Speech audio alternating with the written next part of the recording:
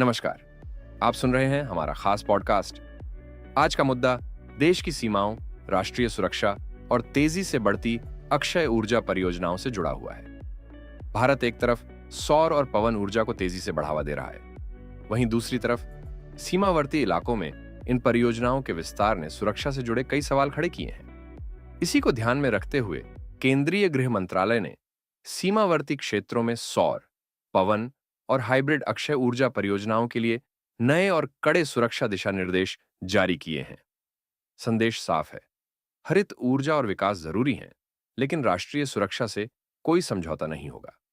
दरअसल नियंत्रण रेखा यानी एलओसी, वास्तविक नियंत्रण रेखा यानी एलएसी और अंतर्राष्ट्रीय सीमा के आसपास अक्षय ऊर्जा परियोजनाओं से जुड़े कई प्रस्ताव सामने आए हैं। गृह मंत्रालय ने इन इलाकों की रणनीतिक संवेदनशीलता को देखते हुए सीमा से 50 किलोमीटर तक के क्षेत्र को सुरक्षा की दृष्टि से संवेदनशील माना है। यहां जमीन, कर्मचारियों, विदेशी नागरिकों, विदेशी निवेश, निर्माण और बुनियादी ढांचे से जुड़े हर पहलू की सुरक्षा जांच जरूरी होगी। सबसे बड़ा प्रावधान सीमा से सिर्फ 1 किलोमीटर के दायरे को लेकर है।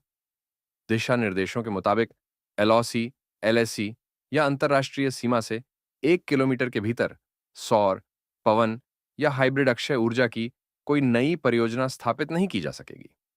वहीं 1 किलोमीटर से 50 किलोमीटर तक के क्षेत्र में परियोजनाओं के लिए गृह मंत्रालय की सुरक्षा मंजूरी जरूरी होगी।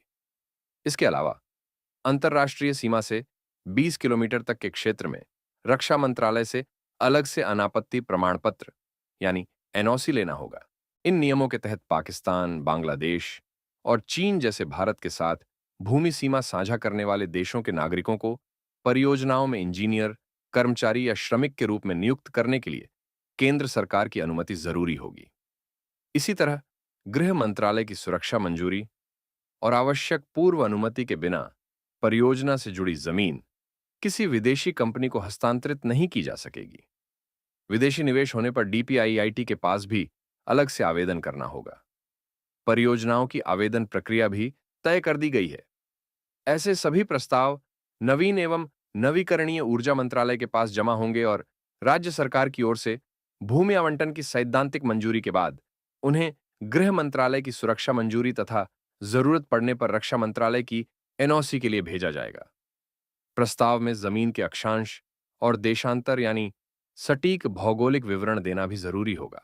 जिन परियोजनाओं को पहले ही गृह मंत्रालय की सुरक्षा मंजूरी या रक्षा मंत्रालय की एनओसी मिल चुकी है, उन्हें नए सिरे से आवेदन करने की जरूरत नहीं होगी। सरकार ने केवल मंजूरी की प्रक्रिया तय नहीं की है, बल्कि परियोजनाओं की जमीनी सुरक्षा के लिए भी कई प्रावधान किए हैं। संवेदनशील क्षेत्रों में ड्रोन रोधी प्रणाली लगाना अनिवार्य होगा और इसका संचालन सीआईएसएफ या संबंधित राज्य पुलिस करेगी। इसका खर्च परियोजना संचालक को उठाना होगा।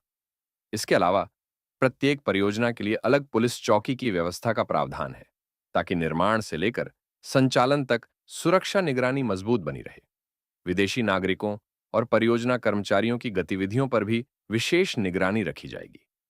काम पर जाने से पहले कर्मचारियों का सत्यापन जरूरी होगा और उन्हें स्थानीय पुलिस तथा सीमा पर तैनात बीएसएफ के निर्देशों का पालन करना होगा।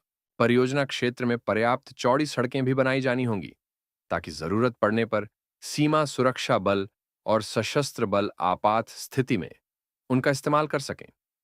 इसके साथ ही संवेदनशील इलाकों में अनावश्यक भीड़ को सीमित रखने के लिए आवासीय सुविधाओं पर भी नियम बनाए गए हैं।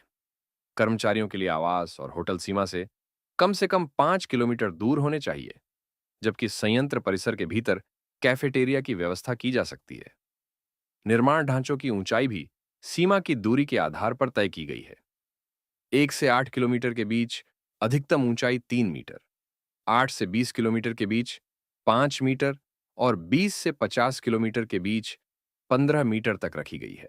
गृह मंत्रालय ने साफ किया है कि इन दिशा निर्देशों का उद्देश्य अक्षय ऊर्जा परियोजनाओं को रोकना नहीं, बल्कि संवेदनशील सीमावर्ती इलाकों में उन्हें सुरक्षा मानकों के अनुरूप स्थापित करना है। सरकार अक्षय ऊर्जा के विस्तार, निवेश और विकास को आगे बढ़ाना चाहती है, लेकिन साथ ही यह भी सुनिश्चित करना चाहती है कि सीमा के पास मौजूद कोई भी बड़ा बुनियादी ढांचा राष्ट्रीय सुरक्षा के लिए जोखिम न बने। अगर पूरे नियम को सरल भाषा में समझें, तो सीमा से 1 किलोमीटर तक नई परियोजनाओं पर रोक है। 1 से 50 किलोमीटर तक गृह मंत्रालय की सुरक्षा मंजूरी जरूरी है और अंतर्राष्ट्रीय सीमा से 20 किलोमीटर तक रक्षा मंत्रालय की एनओसी भी आवश्यक होगी। इसके साथ विदेशी कर्मचारियों, निवेश, जमीन हस्तांतरण, ड्रोन रोधी सुरक्षा, पुलिस चौकी और आपातकालीन सड़क व्यवस्था जैसे प्रावधान लागू होंगे। कुल मिलाकर भारत अपने ऊर्जा भविष्य को लेकर तेजी से आगे बढ़ रहा है, लेकिन सीमावर्ती क्षेत्रों में विकास और सुरक्षा के बीच संतुलन को लेकर सरकार ने अपना रुख बिल्कुल स्पष्ट कर दिया है। सौर ऊर्जा हो, पवन ऊर्जा हो या हाइब्रिड परियोजनाएं, इनका विस्तार जरूरी है, लेकिन देश की सीमाओं, संप्रभुता और राष्ट्रीय सुरक्षा की कीमत पर नहीं। यही इन नए दिशा निर्देशों का सबसे बड़ा संदेश है। आज के एपिसोड में इतना ही। अगर आपको यह एपिसोड पसंद आया हो तो शेयर करें, सब्सक्राइब करें और ऐसे ही महत्वपूर्ण विषयों पर पॉडकास्ट सुनने के लिए प्रभा साक्षी को फॉलो करें। मिलते हैं अगले एपिसोड में। तब तक के लिए